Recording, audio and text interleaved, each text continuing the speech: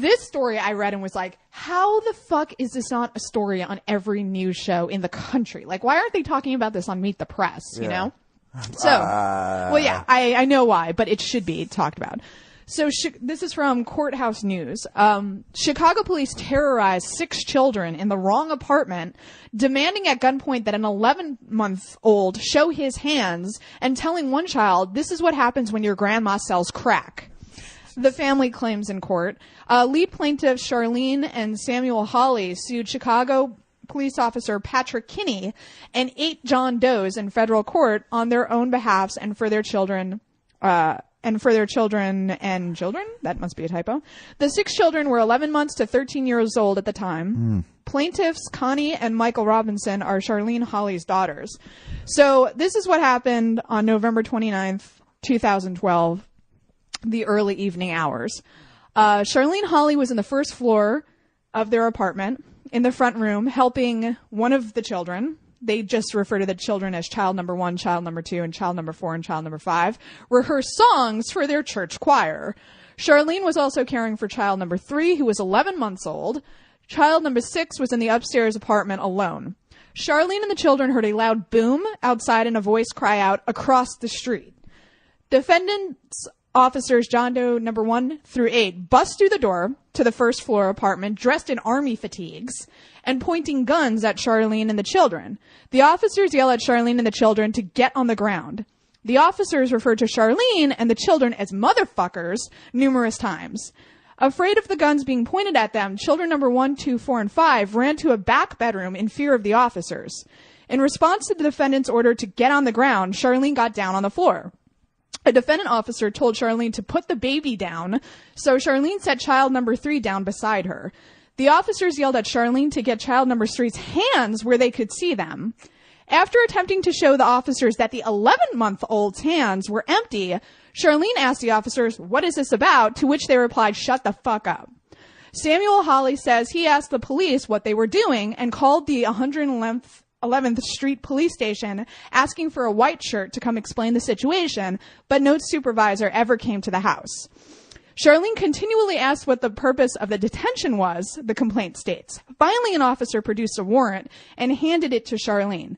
The warrant was for an individual named Sedgwick M. Reavers, and the premises listed was the second-floor apartment located at 106040 South Prairie Avenue, a yellow brick 2-flat building with the numbers 106040 on the front of the building. In other words, the warrant clearly identified the proper location as the second-floor apartment. Charlene, Samuel, and the children were in the first-floor apartment. Oh, my God. As the officers were detaining Charlene, Samuel, and children's number 1 through 5 in the first-floor apartment, they also proceeded to the second-floor apartment where child number 6 was home alone.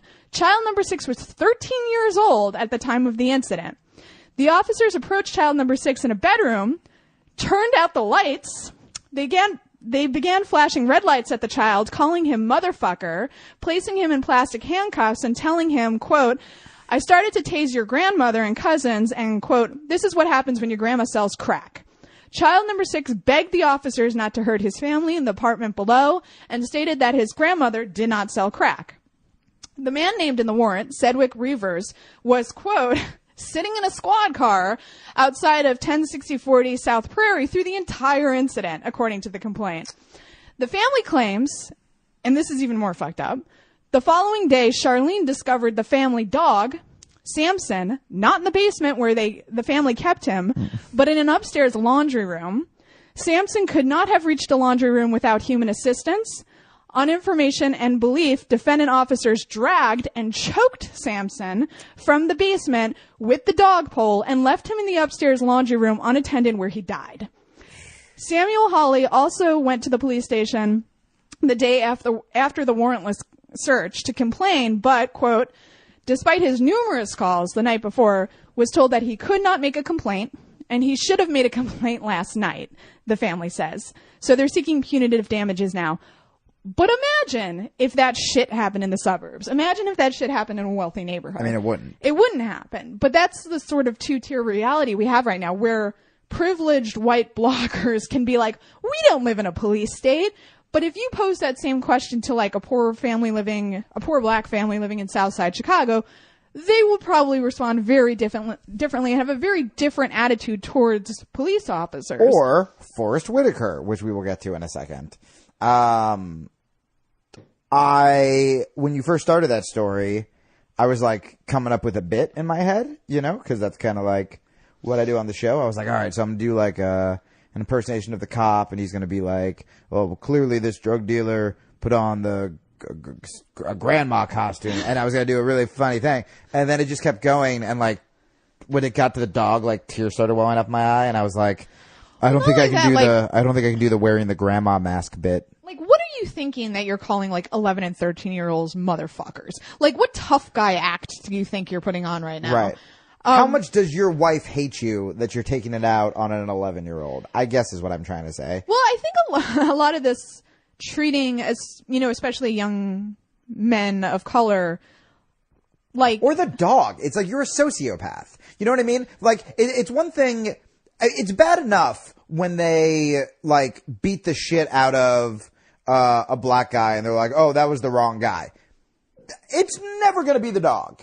So if you are physically assaulting an animal, it has nothing to do with even like, oh, I thought this was a different guy. You just have like severe fucking mental and rage issues. Well, we see this in war, right? Like when soldiers are so hyped up on like, you know, adrenaline, and they've so dehumanized the enemy. Like they don't just kill and rape. They like burn everything. They like kill animals. Right. They're just in a frenzy at that point. That's a really good and point. that's not to excuse it. That's just what happens in combat situations, except this is happening domestically. Yeah. And it's happening against people of color, not exclusively people of color. It happens, you know, but it's a different kind of brutality. Right. And I think part of the whole thing about treating, you know, 10-year-olds, 11-year-olds like they are hardened criminals is when you dehumanize an entire community, I think you start to like just group people together regardless of like age or do we even have the right address? Yeah. You know, it's just like, fuck that. Well, you did all of these people are on the radar. Well, but it's kind of like what we were talking about with like veganism in the beginning, right? Where it's like,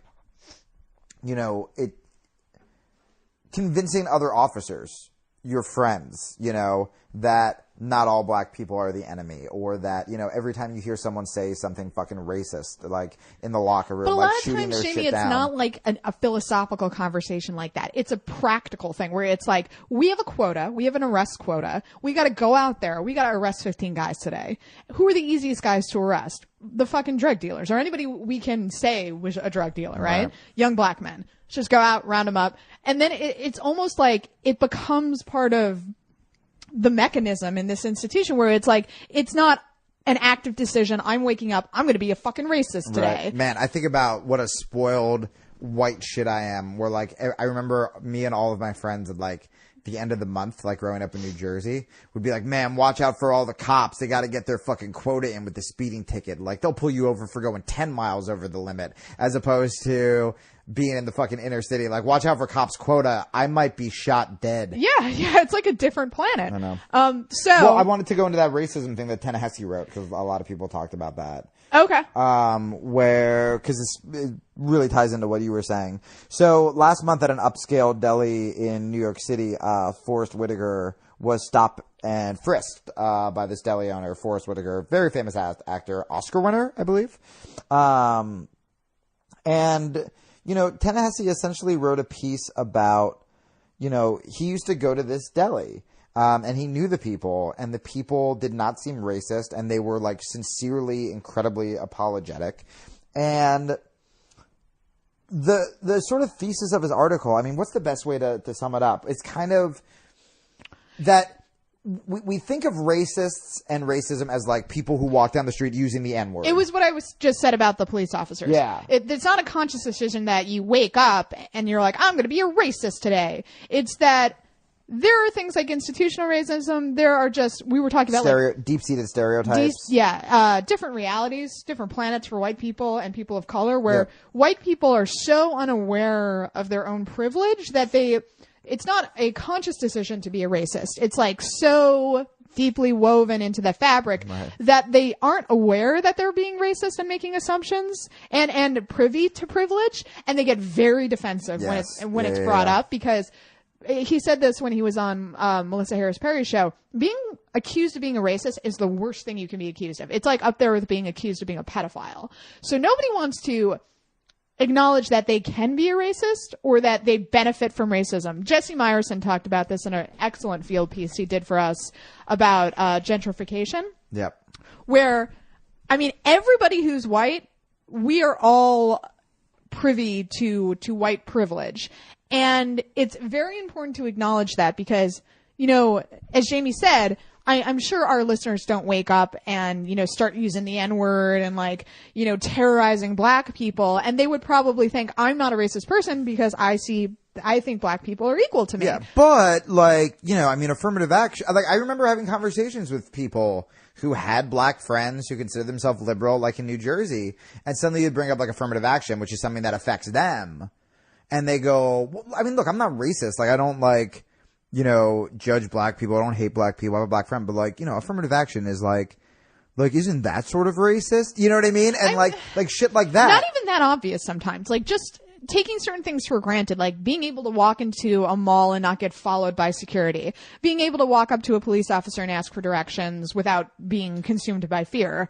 You know, just certain things that white people are privileged. Yeah. So like if I'm getting followed around in a deli and I have not won an Oscar like Forrest Whitaker, I'm like, I bet they know me from the television. Whereas Forrest Whitaker, who is an Oscar winner, is getting followed around, and his first thought isn't, oh, I wonder if this guy recognizes me from the movies. His first thought is, oh, am I about to get, does this guy think I'm getting shoplifted? I mean, yeah, you know, Ta-Nehisi pointed out, when has a white president been accused of not being an American? When has a white Harvard professor gotten arrested for trying to get into his own house in a wealthy suburb? Yeah, and the point Boston Ta-Nehisi was making was there's no status that people of color can obtain in this country where that shadow falls away. Right. President of the United States. He still gets it. Yeah. And, you know, it's really hard for white people. I would say it's impossible for white people to ever fully understand what that's like. Yeah, you can try to be as empathetic as possible. My only advice is to not be so reflexively, defensive about, especially when white privilege is brought up, because, you know, even if you are a poor white person who can't see any obvious ways that you benefit from institutional racism, you definitely do. If you are accused of the exact same crime as a black person, like chances are you're going to get a lesser sentence than the black person. Yeah. Just statistically. Yeah. And now, does that mean, because I know a lot of you are poor white people, does that mean that you can't complain that you aren't being fucked over by the government? No. Absolutely not. And in fact, I would implore you to join forces.